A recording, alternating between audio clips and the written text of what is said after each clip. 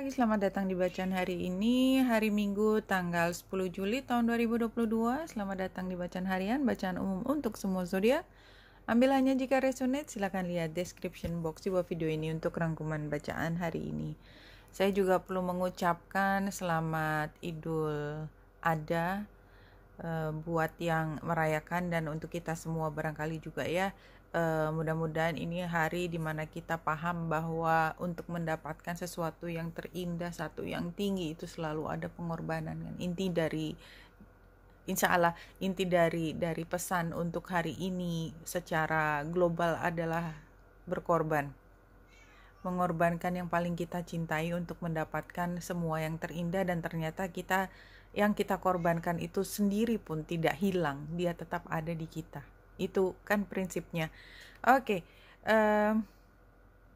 hari ini kalau kita lihat chart astrologi, bulan ada di Scorpio di 27 derajat 50 menit.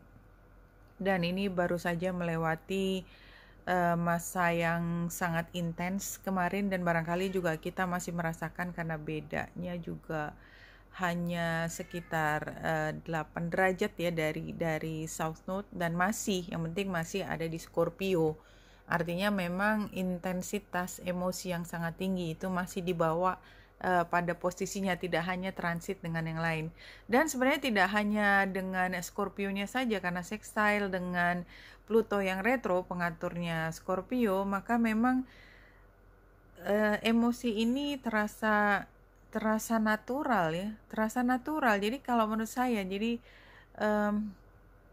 penghayatan yang begitu dalam tentang pengorbanan buat beberapa yang tersentuh hatinya ya, karena ini dalam banget kan, yang Scorpio tuh dalam gitu. Jadi nggak semua orang bersedia untuk masuk ke emosi yang paling dalam, kalaupun sudah dipaksakan tanda petik ya, semesta memberi fasilitasi untuk kita mengenali emosi terdalam kita kan selalu punya pilihan untuk menolak.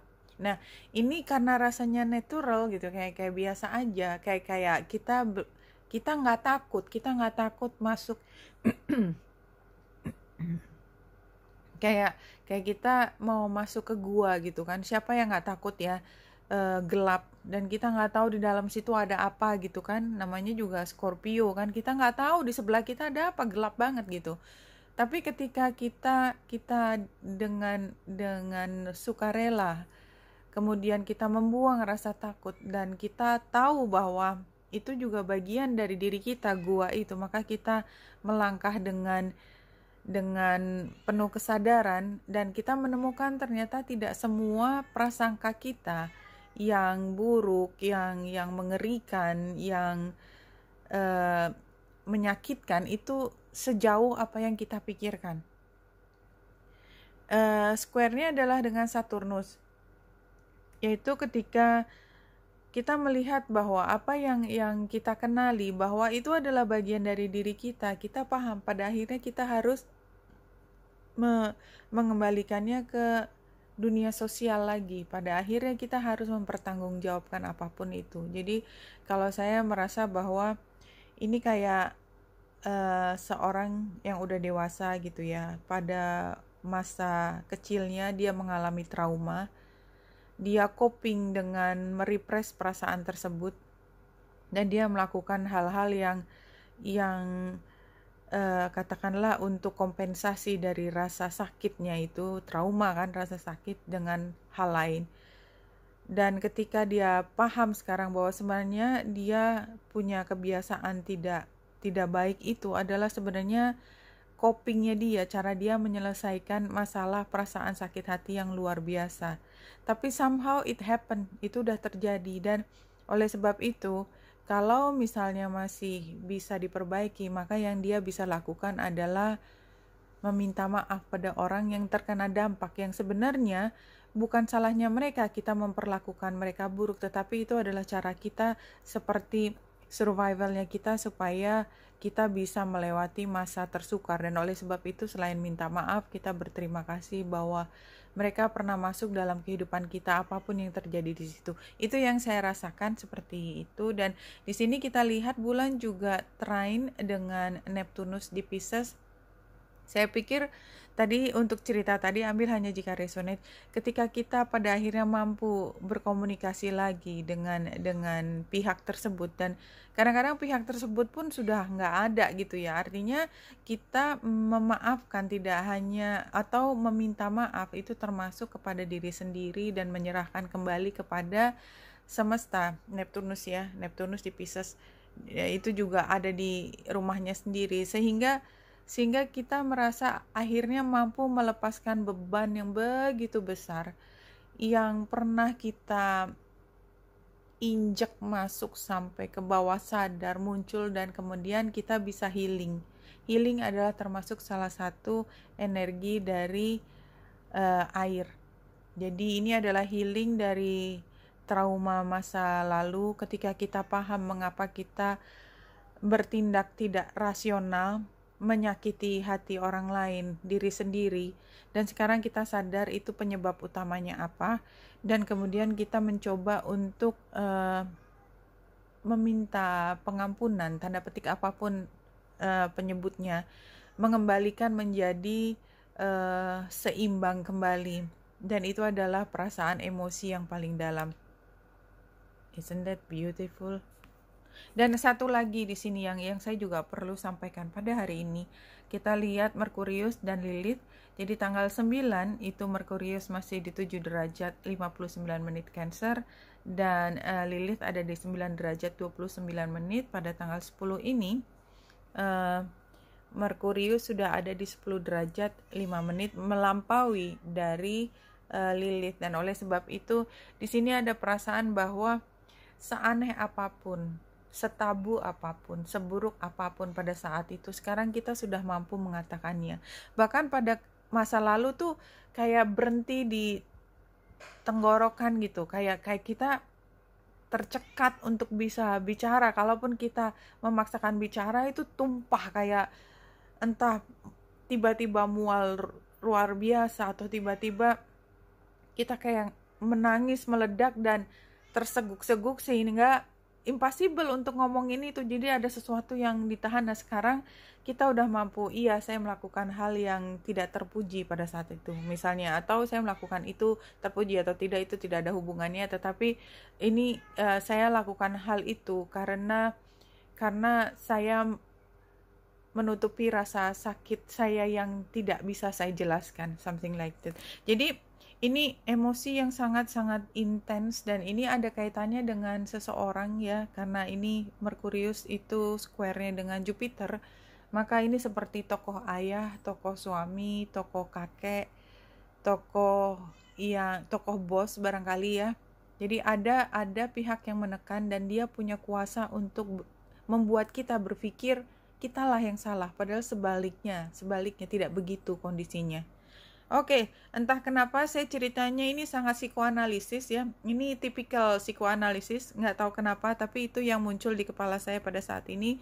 Kalau kita lihat detailnya, banyak sekali garis untuk Grand Trine. Grand Trine itu adalah hal yang sangat positif, di mana kita menjadi lebih paham, everything makes sense, everything fall into place just by itself gitu ya, tanpa ada upaya. Yang tadinya kita setengah mati menggerakkan sesuatu supaya bisa inline ya, supaya bisa cocok sesuai, ini nggak usah diapa-apain, tiba-tiba sesuai sendiri. Tapi ada tapinya, look at the color ya, warna merah, warna pink di sini juga dominan. Jadi memang ini adalah situasi di mana di tengah konflik yang begitu besar, di mana kita sendiri belum sepenuhnya berdamai dengan situasi tersebut, kita mulai bisa mengerti situasi tersebut dan mengapa itu harus terjadi pada kita. Dalam banget. Kita lihat Rumi. Kita acak dulu sekali, kita ambil yang di tengah. Arise, iya ini yang saya rasakan dari awal. It's so deep, rock bottom. Tapi di luar itu, kita jiwanya bisa terbang, kita bisa menjadi jauh lebih murni. Karena kita pernah jatuh, kayak kita jatuh dan semua yang gelap itu kayak Kalau barang jatuh tuh kan ada yang ikut terjatuh dari situ, berantakan, tetapi kemudian satu hal yang paling penting, yang tadinya terperangkap kayak lepas dan bisa terbang keluar dan we feel free. Jadi saya melihatnya lebih yang warna putih. Kita bisa merasa bebas dari genggaman rasa bersalah yang luar biasa, dari genggaman ketakutan yang selalu menghantui kita. Kita ambil dari Lenormand 3 kartu. Iya, ini adalah ujian. Kita berkonflik. Gambar ular itu kan selalu konflik. Bahwa kita dengan sadar paham ini bukan situasi yang lempeng gitu loh. Enggak, bukan. Kita harus memilih dan membiarkan satunya itu terbengkalai. Selalu begitu bolak-balik gitu ya. Sampai pada akhirnya pihak yang dikalahkan itu harus mencari tempatnya juga. Kenapa? Karena itu bagian dari kita, dan ini adalah proses yang panjang di mana kita lelah sekali menghadapi konflik ini. But we did it. Kita sampai pada puncak dan kita menerima penghargaan. Apa penghargaannya? Rasa bebas tersebut. Dan kita akan paham betapa berharganya kebebasan. Freedom. Itulah hak yang paling besar yang diberikan kepada manusia. Kalau manusia bisa mengerti bahwa dari semua aturan, balance dengan hukum alam, hukum segala macam, di tengah situ satu-satunya makhluk yang memiliki kebebasan adalah manusia. Kebebasan untuk berbuat salah, kebebasan untuk menentukan apa yang menjadi impiannya dia, menciptakan sesuatu yang belum pernah terjadi, mengambil keputusan yang berbeda dengan banyak arah. Dan itu kita nggak pernah tahu ya, kita barangkali pada satu titik mengatakan, oh it's wrong gitu ya. Hanya ada satu pendapat, it's wrong, titik.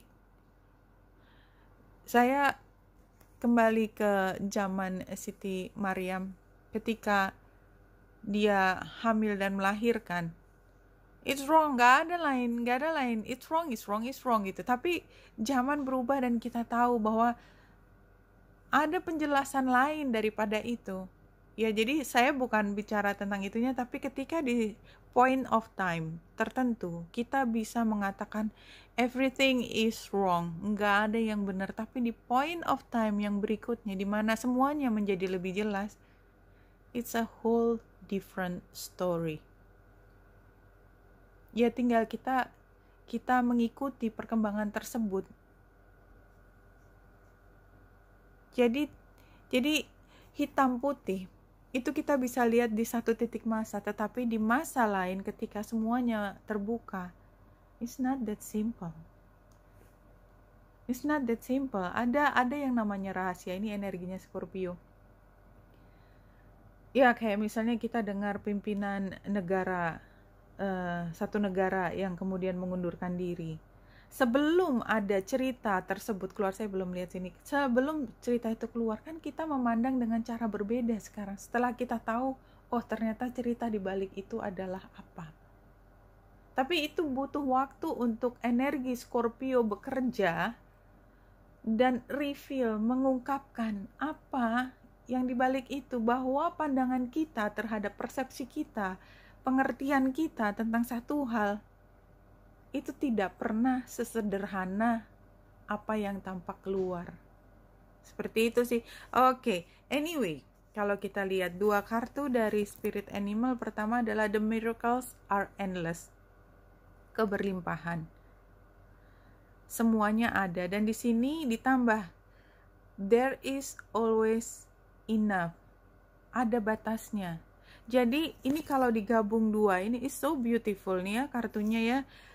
Bahwa kita tuh sebenarnya berada di situasi di mana semuanya itu disediakan untuk kita, tetapi kita nggak dibanjiri oleh semua itu karena kita nggak butuh sebanyak itu, dan there is always enough. Dan barangkali semesta begitu sayang sama kita, hanya memberikan apa yang kita butuhkan, tidak lebih, tidak kurang.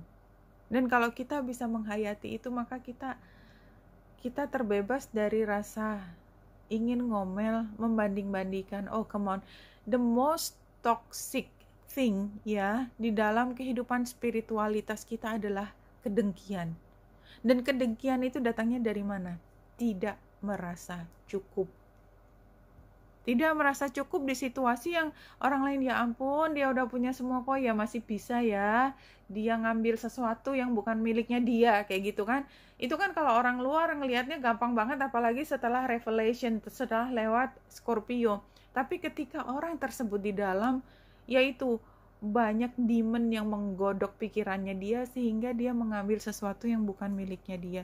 Somehow, kalau 3 kartu dari The Oracle Fairies ini, saya nggak lihat tulisannya, begitu saya lihat kesannya adalah kita bersama teman-teman kita. Somehow saya ngerasa bahwa ini kita lagi seneng banget ya di lingkungan kita, light. Anyway, itu tadi kesan ya. Saya belum baca, sekarang saya mau baca. Light, the fairy queen of light comes to shed love and light into your current situation and to remind you that light can penetrate the darkness again. Ini adalah energinya Scorpio, tetapi dia berada di posisi previous event. Jadi kita bisa masuk ke gua tadi dan kita menerangi, kita yang membawa senternya, kita adalah cahayanya. Melihat apa di lingkungan kita, kita mengenali di mana kita berada, karena gua yang saya maksud tadi itu adalah bagian dari diri kita. Dan apa yang kita temukan di sana? Friendship. Fairies and humans alike need friends. Now is the time to seek out those who will support and encourage you on your journey to fulfill your dreams. Jadi ini kayaknya kita memang waktunya menemukan teman-teman baru. Kalau saya ngerasain itu, tadi begitu ngelihat kartu keluar, waktu jumping, iya itu yang saya rasakan juga. Jadi, despite everything, mungkin kalau saya pribadi ya, saya istilahnya adalah, saya tuh seneng sendiri. Saya punya kepuasan sendiri, saya bisa produksi banyak hal sendiri. Kalau saya dengan orang lain, semua potensi yang saya punyai itu tidak akan muncul. Because I'm so weird, ya, I'm so weird gitu. Dan itu saya ngomong nggak cuman mewakili saya sendiri, banyak di antara kita yang punya kekayaan batin begitu besar. Tetapi ketika kita bertemu dengan orang lain akan judge kita sesuatu dan kita kemudian merasa kecil, tidak mengembangkan potensi kita. Bayangkan kalau saya tidak mengembangkan potensi saya nggak bisa ada di sini bicara dengan teman-teman. Enggak.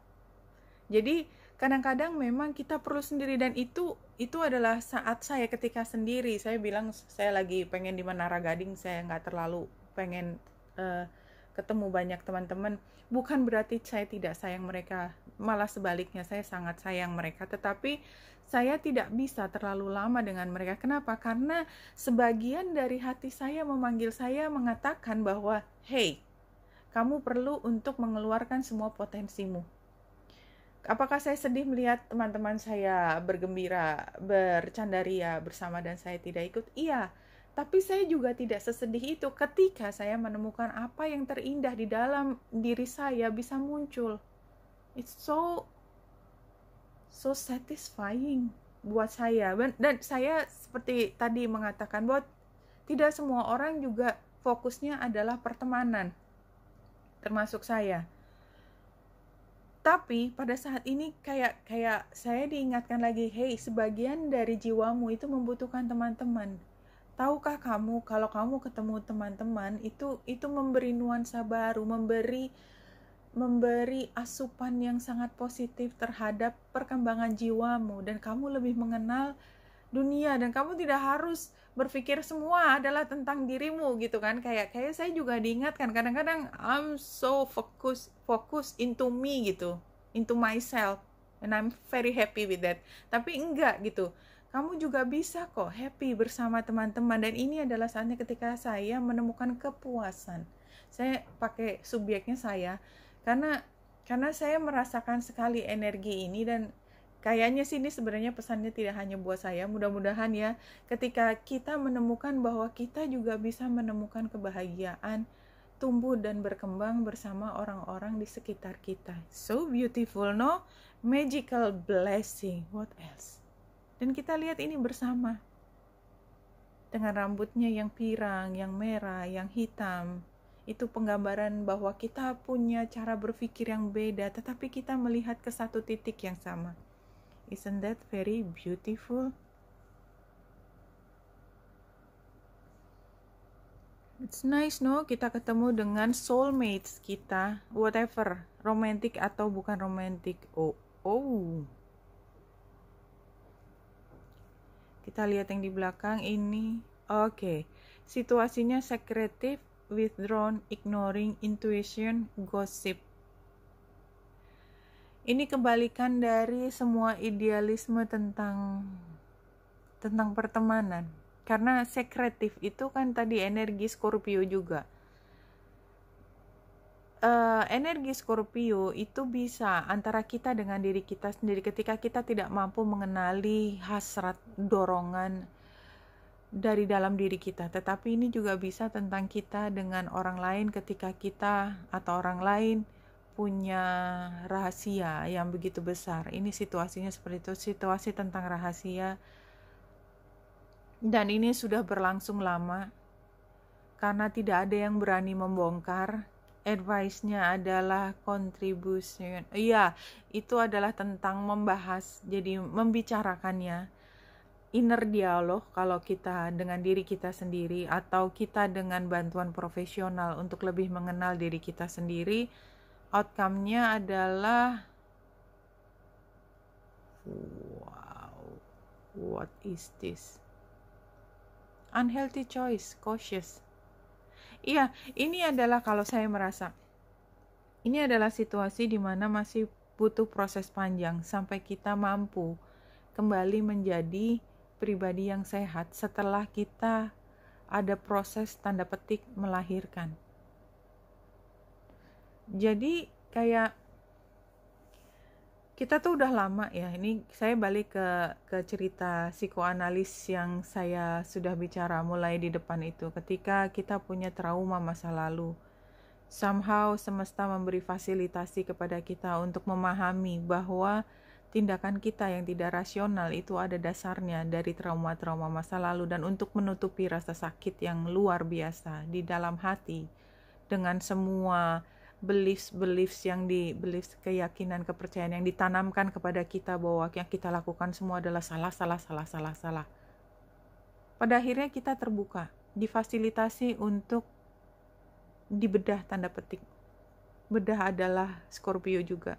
Dibedah, dikeluarkan penyakitnya dari dalam diri. Kemudian yang terjadi pada saat ini, gambar Ace of Pentacles terbalik, itu adalah seperti luka yang masih terbuka. Itu yang saya lihat.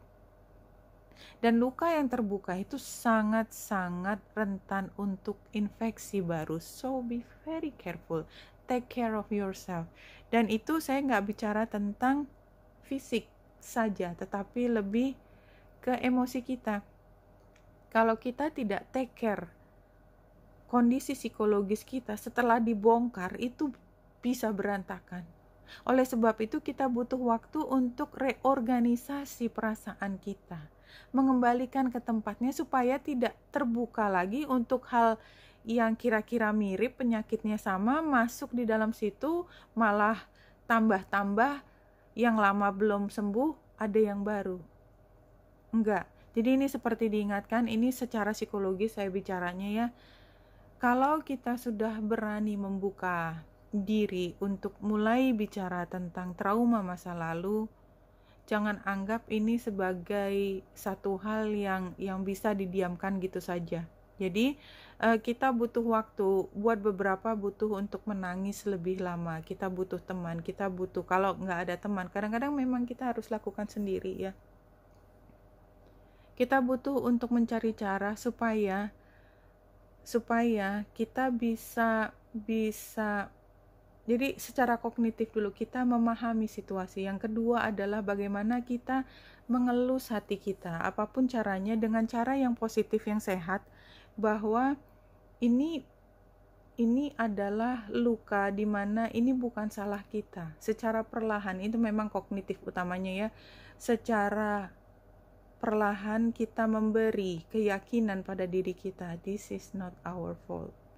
Dan itu tidak akan mudah kita bisa terima, tetapi kita tetap perlu untuk meyakinkan diri, mencari cara untuk mengelus hati kita, lakukan hal yang menyenangkan hati kita, mencari teman yang positif, yang tidak lagi mengungkit masa lalu, tetapi memberi cerita cinta. Cintanya cinta universal, terutama cerita cinta tentang bagaimana kita mencintai diri sendiri. Itu adalah yang paling utama.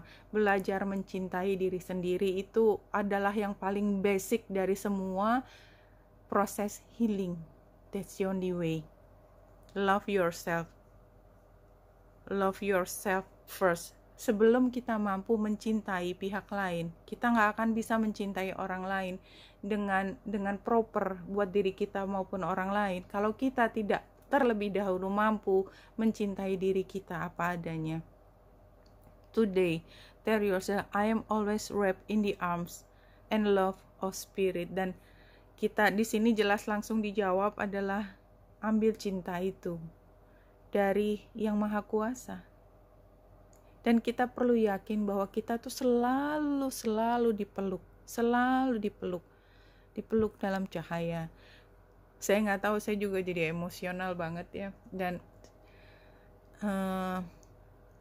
kalau ini terjadi pun di kita, ketika kita menghayati sesuatu, pejamkan mata, rasakan yang paling dalam bahwa kita tuh selalu dipeluk oleh cahaya yang begitu indah, dan cahaya itu isinya hanya cinta dan mengingatkan kita betapa kita sangat dicintai dan kenapa kita tidak mencintai diri sendiri. Kita perlu belajar untuk terus berani mencintai diri kita sendiri apa adanya, karena ini adalah satu-satunya yang kita punya adalah diri kita. Oke? Benita Indras hari ini semoga membantu. Salam hati dan cahaya.